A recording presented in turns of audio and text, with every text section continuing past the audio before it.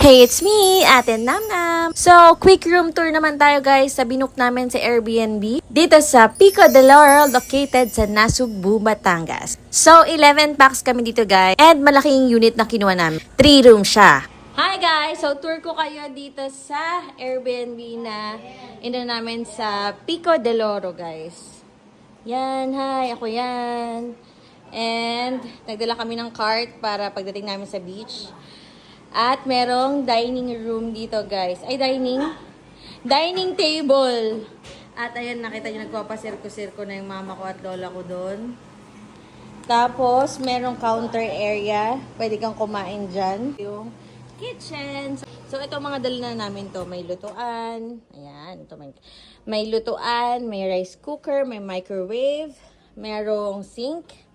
Ayan. And then, may kasama na siyang ref.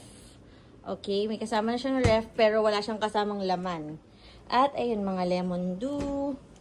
Tapos meron tayo dito guys. Ang ganda nito. Dito mo makikita yung mga gagamitin pang luto.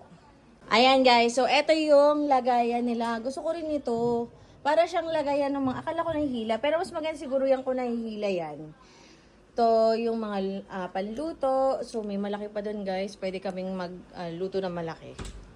And may kasama siyang water dispenser, guys. Kasama na siya dito sa inabihan namin. And ito, yung CR. Ito yung first CR, guys. Common to. So, lahat pwede mag-CR dyan.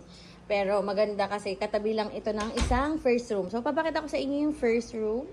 So, the first room. Ayan, guys. Ang ganda nito kasi naka-open lang. Ayan, kita ng mga kapitbahay ko ano yung ginagawa namin dito. Ayan.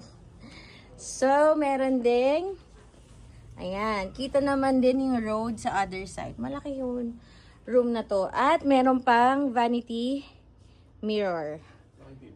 Vanity mirror. At ayan, tingnan nyo. May pull out. May pull out din dito.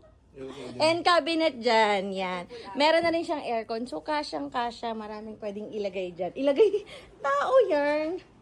Tapos, punta naman tayo sa second room. And this is our second room.